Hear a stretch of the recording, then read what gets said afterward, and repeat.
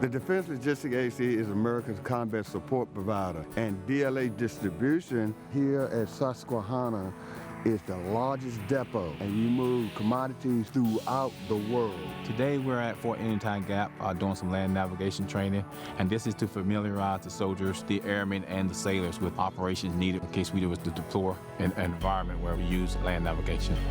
J9 section is the reserve element part of it. We have all branches of service in it. We have the Army Reserve element, we have Navy Reserve, and we have Air Force Reserve, all from the Federal Reserve side of the house.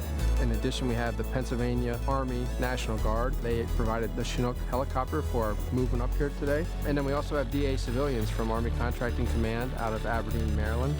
J9 are utilized in primarily three ways. One, they support the depots. Two, they deploy.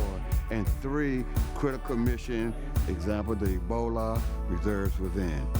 And the intention really is to get the service members, the seamen, the airmen, the soldiers up here to conduct training outside of the warehouse. They have their blinders on and they're in the warehouse, they're driving a forklift, they're picking things off the shelf, they're stowing things, and really the service is a lot bigger than that. But they could find themselves deployed anywhere in the world or in CONUS or OCONUS, and they could have to navigate from one point to another in a convoy to get to a depot or to a supply point. Everybody has electronic devices, GPS and things, phones, but they may not work, so the fallback is always manually with a compass and a map, and that's just basic 101 soldiering.